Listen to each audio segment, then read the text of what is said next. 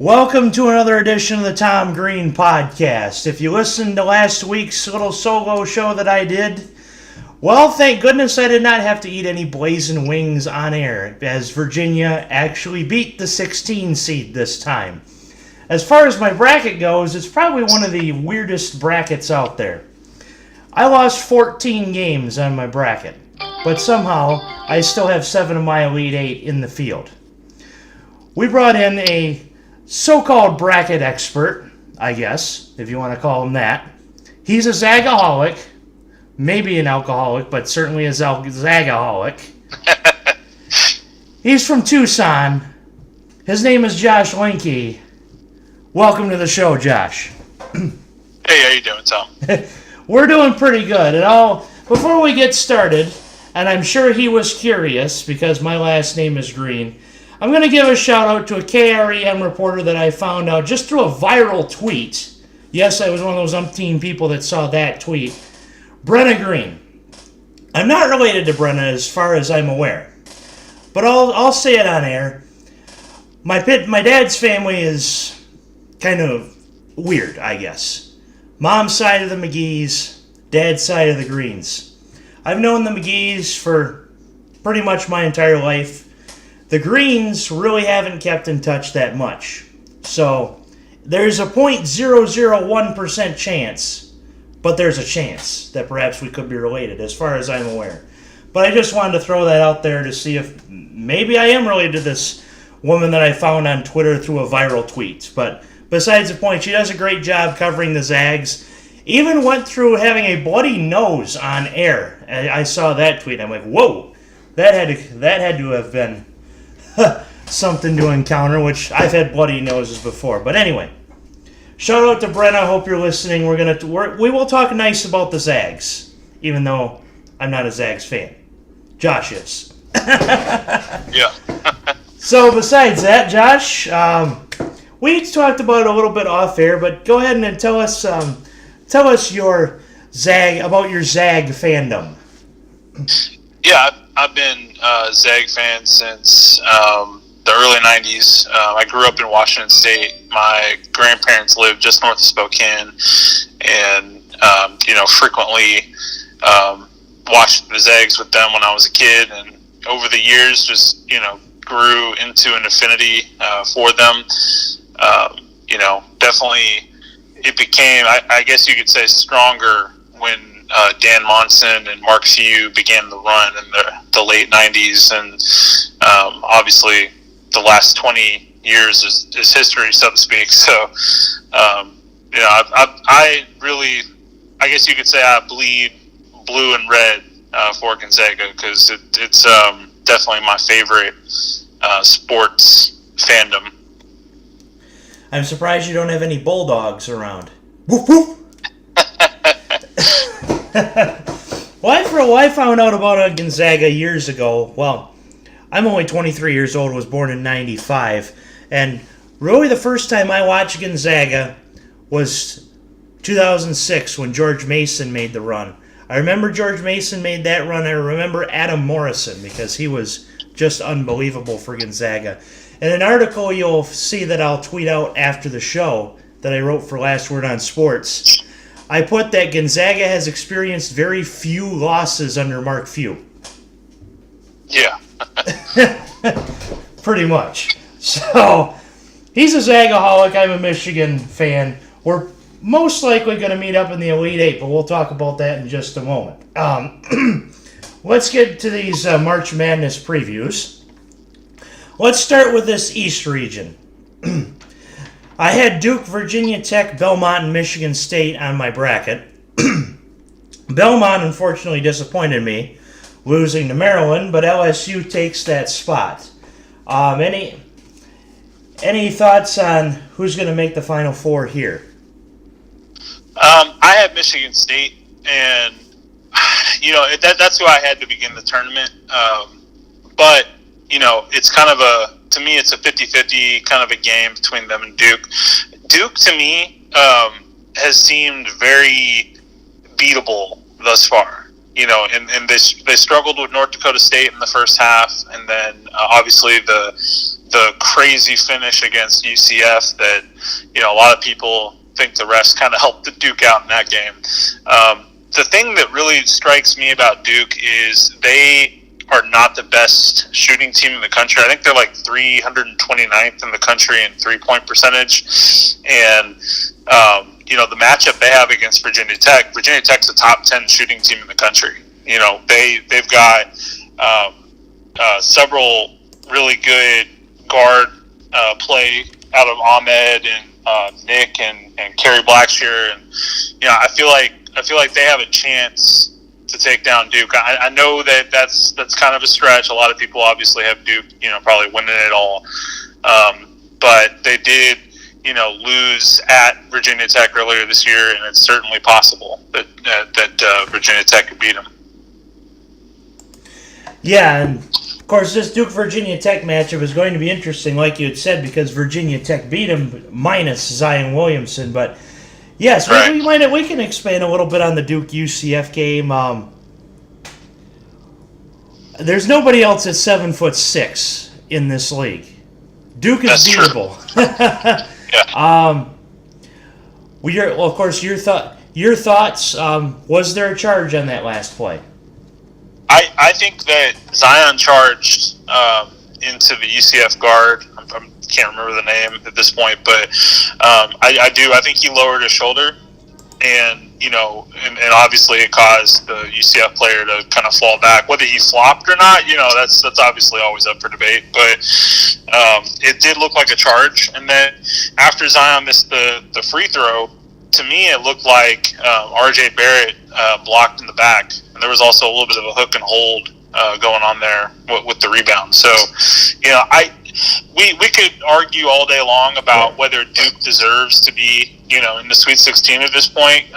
UCF did get shots at the end of the game. They got a chance to win, and they didn't. So, I think at the end of the day, Duke deserves to be there because they won. So, bad calls happen. It is what it is. But it was a great game. That's for sure. Yes, definitely. Best. If you saw the podcast Twitter link I had put right after the game, best game in the tournament, yes or hell yes. Right. Because that was just an amazing game. And I did think there was a charge right at the end. But because of the restricted area, the block was, or the foul was called on fall, and that was it. Once fall went out, I thought, yep, Duke won. This is it. Even though Zion missed that free throw, I felt that was it. But UCF made quite a run, and I sure hope Taco Fall plays in the NBA, because that'd be amazing to see a 7'6" guy guard like he can. Yeah. So going back to your 329th in shooting comment, I pulled up this little quick scene from SpongeBob. I am 329th in line, and nobody forget it. That's what Duke says about their shooting. Yeah, we are 329th in the nation, and don't forget it. Right, 30.7% from three this year. I mean, they are by far the worst outside shooting team left in the tournament. I think LSU comes in like 32%, something like 289th. But yeah, Duke's a good, at least percent and a half below LSU, and everybody else is at least above 33, I believe. So it's going to come back to bite them at some point. I feel like I don't really know exactly when. It could be against Virginia Tech if they get hot. It could be against Michigan State with some of their depth. But I just don't feel like Duke, with all the star power they have, is going to win the title this year. Yeah, and if they get hot somehow, they could. But 329th, you're that far down for a reason, and we'll see what happens against Virginia Tech. I think a win like that for Duke could make them hot. I think a very close win like that could make a team hot, but you just never know. A rematch with Virginia Tech. I have Duke and Michigan State in my Elite Eight game. I'm assuming you do as well. Yeah, Duke and Michigan State. Yeah, because I think LSU. I think talent got them this far. I think coaching really helps with this regional, and with LSU having no coach because of the FBI program. We'll see where that goes. I think Michigan Right. State whoops them, kind of like Michigan did with Texas A&M last year, which now Billy Kennedy has been fired. So, and this could be very well the last Duke-Virginia Tech matchup with Buzz Williams, because who knows where Buzz Williams, if he wants to take the A&M job, as I've seen over Twitter. Yeah, that's true. Yeah, I think LSU, the storyline there with Will Wade obviously getting in some trouble, and Javonte Smart, the payment, the supposed payment that he may have received, and that wasn't smart. What's that? And that wasn't smart. Right, yeah. No, it was not. But, yeah, you're right. I really think that at this point in the tournament, coaching is a big deal. You got to be prepared to handle situations. And, as long time an assistant as the current guy has been, Will Wade was kind of spunky and brought a lot to the table. And, without him, especially with the controversy surrounding it, I think the players they're going to struggle against Michigan State. I wouldn't be surprised to see Michigan State roll them, Mm-hmm. And so we both got Duke, Michigan State in the Elite Eight. In my bracket, I have Duke winning this game, but as we mentioned before, if their shooting is 329th in line, Michigan State and Cassius Winston could very well win this game. So, and you have Michigan State in the Final Four? I do. Yeah, I think Michigan State has just more depth, and obviously they're a better shooting team. They're a little bit more balanced, I feel like, than Duke. Duke's got that top-heavy rotation, and I like the guard play for Michigan State better than Duke's. Trey Jones, I'm not really high on. I really haven't been most of his career. He's a little overrated to me. Perhaps being brother of Tyus Jones gives him some perks. Yeah. So moving on to the West region, our region. In my bracket, I had Gonzaga, Florida State, Buffalo, and Michigan. I was very disappointed by Buffalo's shooting in the game against Texas Tech, which Texas Tech's defenses impressed me. And so, at least for our game, for my game, I should say, Texas Tech, Michigan, I think first to 60 wins. What do you think? Yeah, I think that's a good benchmark. I've been high on Texas Tech all year, honestly. Jarrett Culver, Matt Mooney, Tariq Owens, David Moretti. They've got a lot of really good quality players. They're very similar to Michigan in that both them and Michigan are not necessarily the greatest offenses in the world, but they both are very, very good defense. I believe Texas Tech's number 1 in points per possession, and Michigan's like number 3 on the defensive end. So, they're really similar, and then they're both like 60. I think Texas Tech is like 67th in offensive points per possession, and Michigan's like 72. So, yeah, I think it's going to be a really close game. I think they're going to both it's going to be a lower scoring game. I think that, to me anyways, and I know you're probably not going to be happy with my pick, but I do think Texas Tech's going to win that one. So, I'm sorry. Well, you're not the only one. A lot of people, including Seth Davis and others at CBS, predicted Texas Tech to beat Michigan, which, of course, I didn't like to hear, but sometimes the truth is not what you like. So, and by the way, Jarrett Culver, I like Culver's. They have good butter burgers and frozen custard. That's right, they do. good butter burgers and cheese fries, yeah. Oh, cheese curds, yes. Yeah. See, guys, that's what you get when you come onto the Tom Green podcast. It's not always just serious sports. It's puns. It's food. It's all the exciting stuff. So, I reached out to Josh, but Josh found a great podcast to appear on, definitely. So, Texas Tech, Michigan, like I said, first to 60 wins. I think Jordan Poole, Isaiah Livers are going to have to get hot from 3. Teskey is going to have to defend Culver and Owens very well. Owens, of course, is the leader in blocks on that team, so you don't want to get blocked on Twitter or by Owens, that's for sure.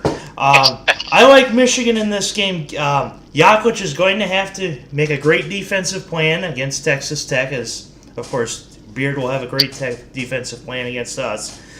Give me Michigan 2-possession game. Give me like 64-58. So, I think it's possible. Yeah, to me, and the one reason why I have Texas Tech moving on, since they are so similar, would be experience. Texas Tech just has a little bit more, age in the group. I don't necessarily think that that's always, going to help you win, but this late in the tournament, like we talked about before with coaching, I think experience also plays a big part, in that ability to make a run. Yes, and last year I think that's how Michigan was able to edge out Florida State in the Elite Eight, was the experience that Michigan had with Duncan Robinson hit the free throws of his life to move on to the Final Four, in which Robinson, man, goes from D3 to the NBA through Michigan. Yeah. But Michigan's not a basketball school. Well, we want to be no more for football. I get it. But at least basketball was made up for what football is. You can't argue with Beeline's success. Exactly. So, Michigan has been deep in the tournament time and time again over the last decade because of Beeline. So. Mm-hmm. Yeah, so for the state fans out there, March is not Izzo anymore, it's Beeline. I'm going to get hammered for that by MSU Twitter, but I don't care. Yeah. Moving on to your Zags, playing the Field of Dreams in Florida State. I'm sure you know my reference there. Yeah. How are they gonna do in the rematch against Florida State? Well, in my opinion, Florida State is the one team, in my opinion, that we did not want to see before the Final Four in the tournament. That being said, and a lot of that comes from the length and athleticism. Kamaji's like 7'4". I mean, Mann's a guard. He's like 6'7". Kevin Gailey's 6'10". I mean, you could line them up end to end. They probably touch the moon. Yeah. So, but and they have like what, a 14-man rotation. I mean, obviously Kofor might not play because of his family circumstances. Yes, but and prayers out to the family. Absolutely, yeah. But I think losing Kofor for that game isn't the end of the world. They have so much depth that they could probably overcome that. The problem for them, and I think is what's probably going to nip them in the butt, is that, yes, they shot lights out against Murray State. They will not shoot that well again for the rest of the tournament. I guarantee it. Murray did not play tight defense on them. They were getting open shot after open shot, and they aren't really that great of a shooting team in general. I think they're like 210 in the nation, something like 33% for the year. They've got like 89th in points per possession on offense. In the case of Gonzaga, we're loaded this year, for lack of a better term. Any given night, Brandon Clark, Rui Hachimura, Zach Norville, Killian Tilly, they can go off and get their number. I think we're one of the few teams in the country that 1 through 6 could probably drop 20 points on you from any position. And it's not like we're only an offensive team. I think we're 6th in the country in points per possession on defense. And the defense has been improving with Gino Crandall and Killian Tilly healthy now. It just opens up a lot more bodies to absorb fouls, and also, Gino Crandall is a very good perimeter defender. So, in my opinion, I think Tilly and Brandon Clark are the difference this year. We get past Florida State. I don't think it's necessarily going to be like a 1 or 2 possession game. I think we might edge them out by 7 to 12 points, somewhere in that range. Yeah, and what I thought, first, for all the State fans that thought, well, we got screwed, we're in Duke's bracket. Well, yeah, you kind of did get screwed with Duke's bracket, but I can debunk Michigan having an easier bracket in 3 words. Gonzaga beat Duke. On a neutral site, nonetheless, in Maui. Right. Where you saw Mark Few wearing a Hawaiian t-shirt. I'm sure a lot of women were attracted to that. Maybe older, maybe younger, I don't know. But still. I think Marcy's got a thing to say about that, man. Right. Of course. But Gonzaga beat Duke, so... Rematch factor, give me Gonzaga over Florida State. I think Leonard Williams looks more like Terrence Mann than Terrence Mann does. If you think about it. James Earl Jones, that is. Yeah. So we have a disputed Elite Eight, but Gonzaga in there nonetheless. We'll probably have a disputed Final Four as well. So who makes the Final Four from the West? In my opinion, it's Gonzaga. I really feel like this is the year, and I'm not going to give away too much because we're going to get there, but I think we got some destiny on our hands this year. So Gonzaga, and you'll see it in the article that I'm going to put up after the show. Gonzaga was just in the national title game 2 years ago. Yes, everyone in the nation. I know you wanted to sleep through that title game because it seemed kind of boring, but I watched it all and I didn't fall asleep. But Gonzaga was in there 2 years ago. Michigan was in there just last year. So at least in my bracket, you have two teams that were just in national title games that are clashing in the Elite Eight. I got Michigan over Gonzaga because I think Michigan wants it slightly more. Not saying that Gonzaga doesn't want it, but I think Michigan's that much more hungry for it because they were in the championship last year rather than 2 years ago. Now, of course, if Clark, Achimura, Norville have the game of their lives, Gonzaga could win by 20. If Teskey, Poole, Livers have the game of their lives, Michigan could win by 20. Or if Culver and Owens play excellent defense, Texas Tech could be in this Final Four. So I'm going to pick Michigan right now for the Final Four, but I got a Duke Michigan Final Four bracket. You got Michigan State Gonzaga in there. yeah. So that's that side of the bracket. Moving on to the South bracket. This one, well, this was probably my worst bracket out of the four, but somehow I still have my Final Four representative, which I'll mention in just a moment. But we have Virginia and Oregon. We have Purdue and Tennessee. I think we kind of know at least one of the two representatives of the Elite Eight. So we'll skip that game for the moment. Let's talk Purdue-Tennessee. Rematch from Atlantis last year.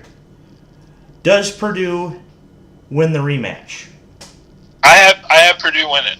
I think Carson Edwards is the difference. Ryan Klein is an assassin from outside too. I really feel like he's got a chance to give Tennessee some trouble. And to be honest, Tennessee has been in so many close games recently, and I really feel like I don't know. There's a little something missing from that team.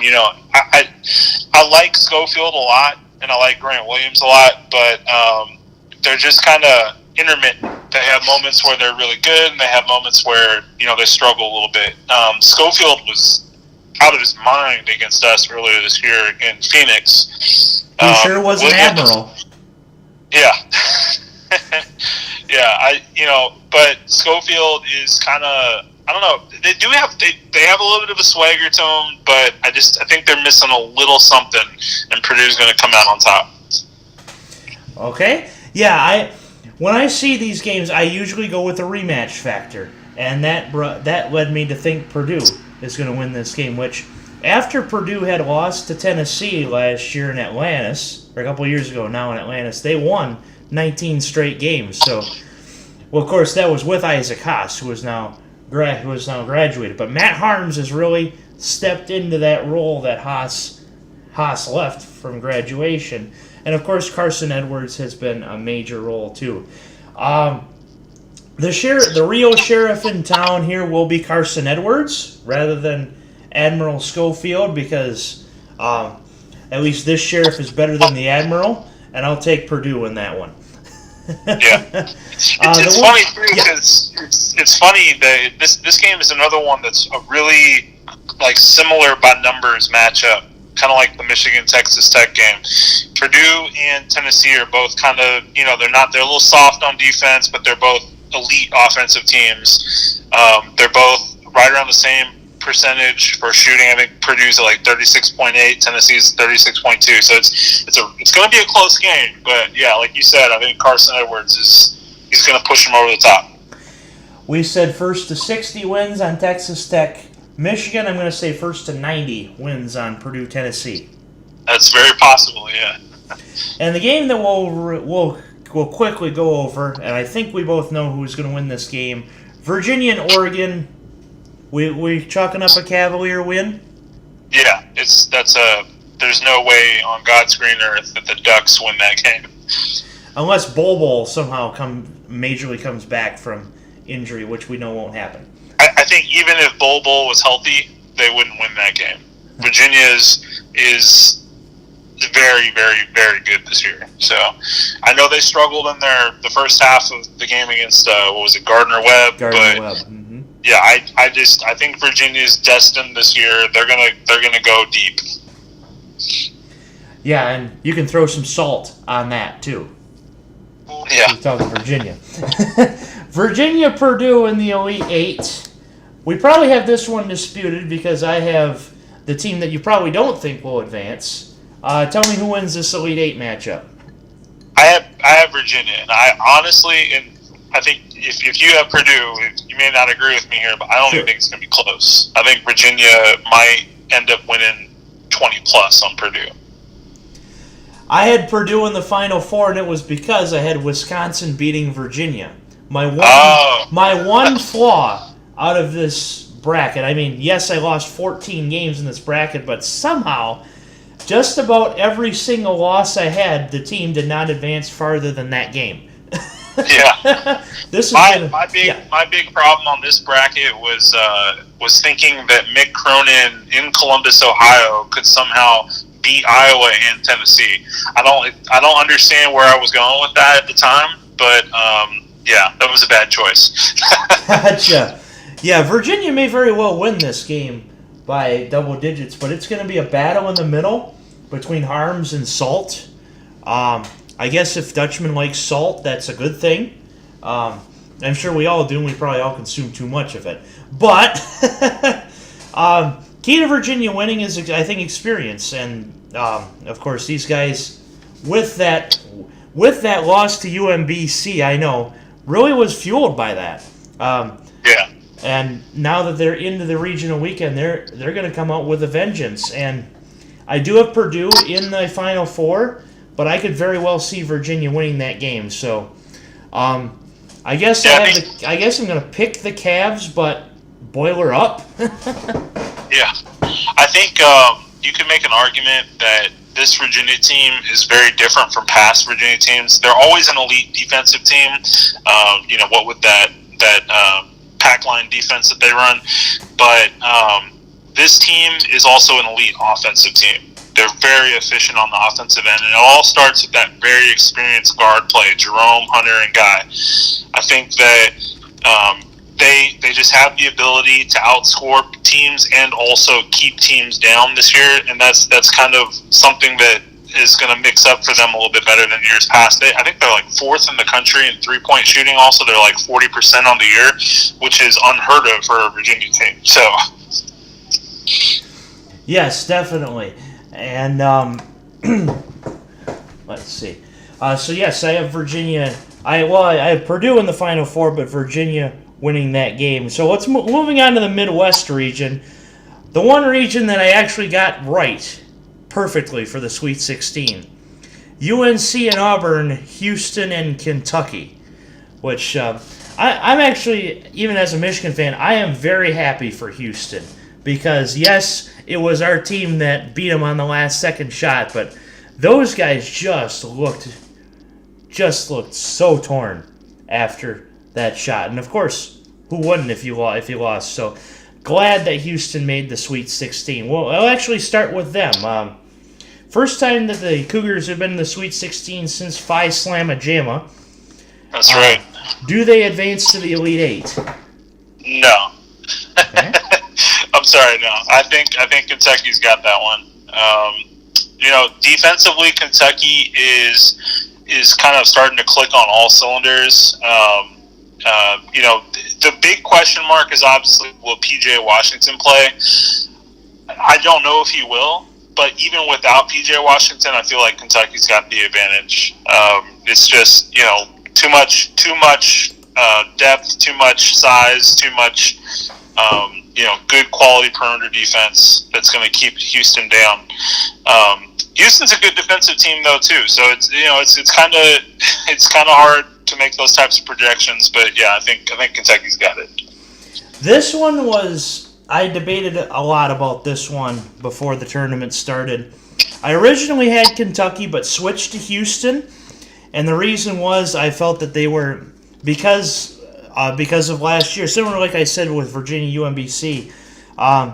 That shot, I think it fueled them for this season, and I think they're going to have something to prove against Kentucky. I could be very wrong, and in fact, I probably will be very wrong, as usually the second weekend kills my bracket, but I took Houston in this game, and yeah, we'll see what happens. Kentucky is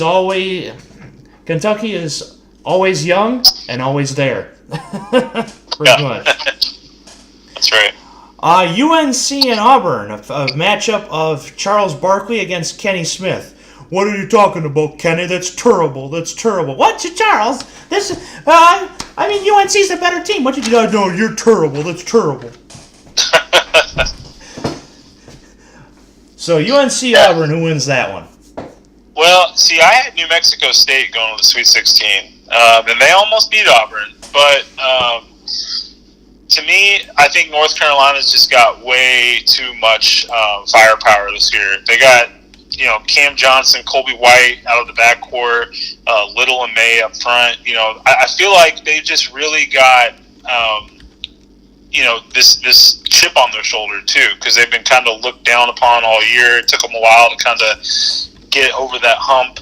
I think, what was it, like a 20-some-odd point loss at home to Louisville earlier this year? And then from that point forward, they've gotten better and better and better, and seem like they're firing on all cylinders. I got North Carolina and Kentucky in the Elite Eight. I think that's going to be a big rematch from earlier this year.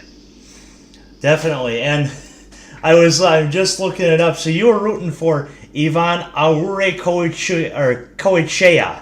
I probably really mispronounced that, but I'm sure you know what I'm talking about.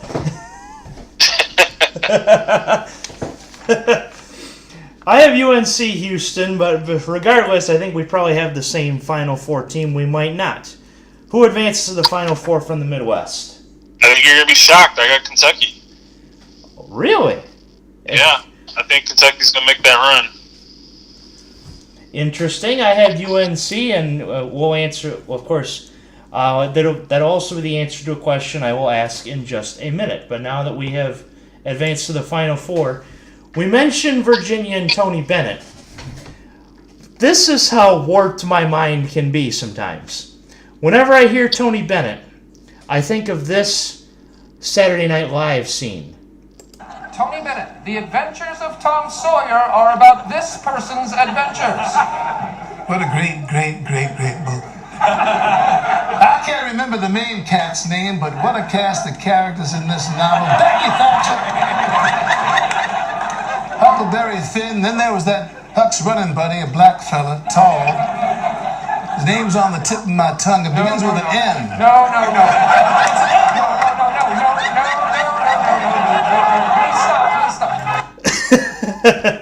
What a great book.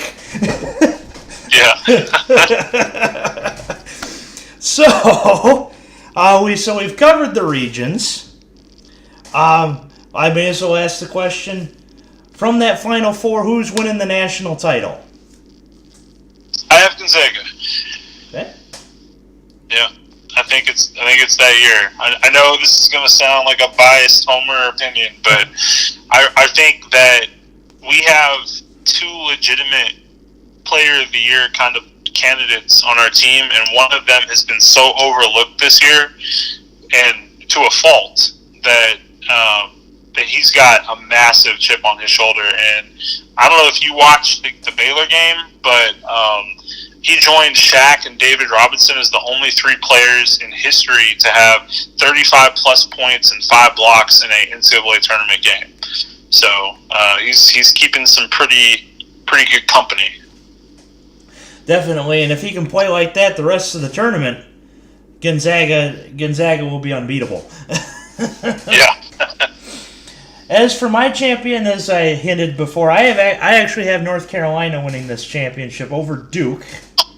I know, chalk, but I think if they meet again, even with Zion, I think North Carolina wins the potential rematch on Duke from the tournament, and I could just.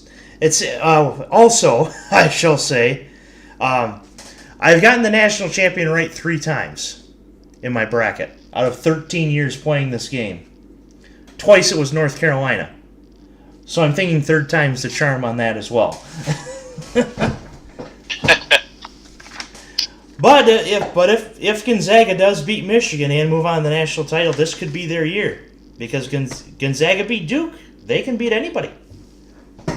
Yeah, I have us playing Michigan State, and then little known fact, we actually beat Michigan State earlier this year in a closed scrimmage. Not that that really matters, but I think that we have firepower to take them down.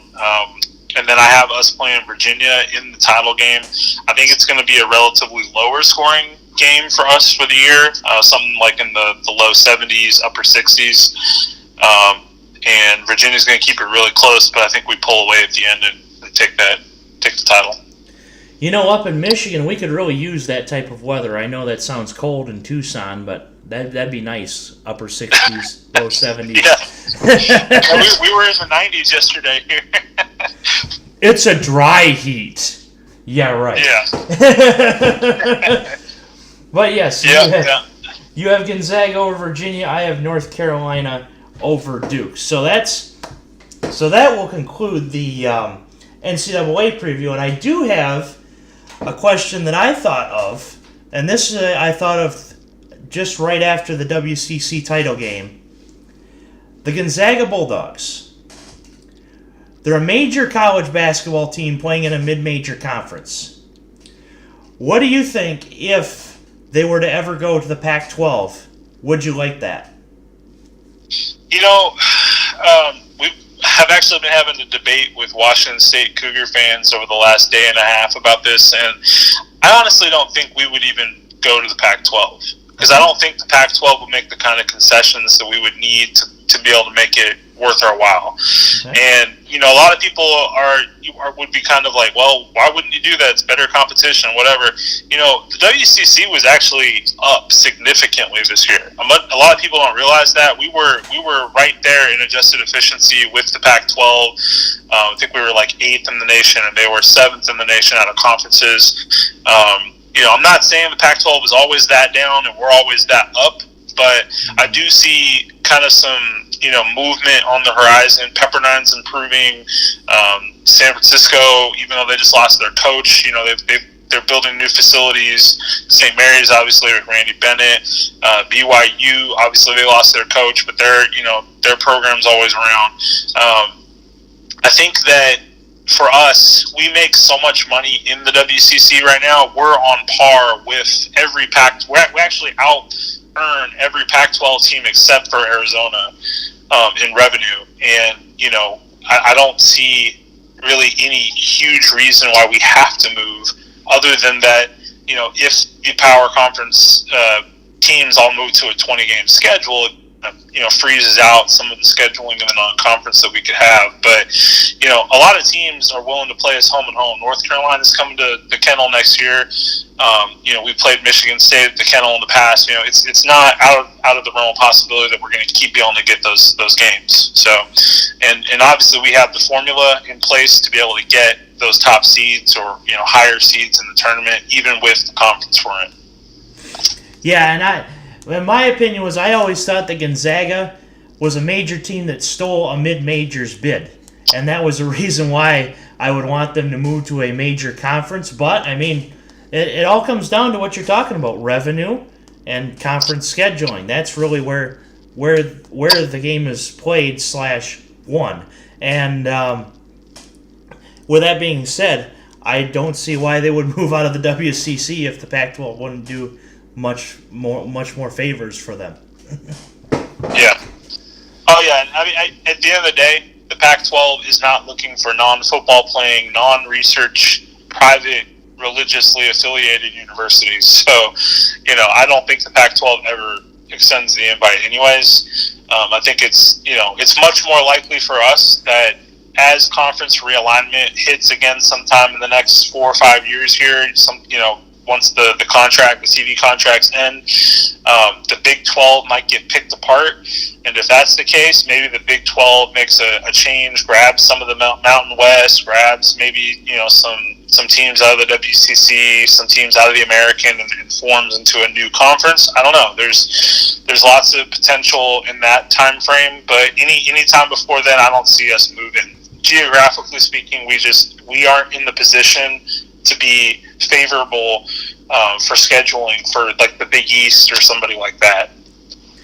Gotcha. And then somebody in the studio just walked into the room and he has an opinion on Gonzaga going to the Pac-12. Gonzaga? Why would they go to the Pac-12? I mean, the Pac-12 is the Conference of Champions. The Conference of Champions where space meets time and time meets space. And, when I was broadcasting the Pac-12 tournament, in overtime, I had to use the restroom. And you know what? They made a dunk while I was in there. And, I still did broadcasting from the dunk, from my seat in the stall at the T-Mobile Arena in Las Vegas. Thanks, Bill. No, that was not Bill Walton. That was me trying to be Bill Walton. But still. Very good debate on Gonzaga to a major conference. So, with that, I will ask, just like any other guest on the show, do you have anything else to add to this wonderful Tom Green podcast? I just appreciate you having me on, and good luck in your future endeavors with the podcast and writing, and good luck to Michigan as well. But we'll see what happens. Thanks a lot, Josh. Definitely a great show. He is Josh Linke, and this has been the Tom Green podcast.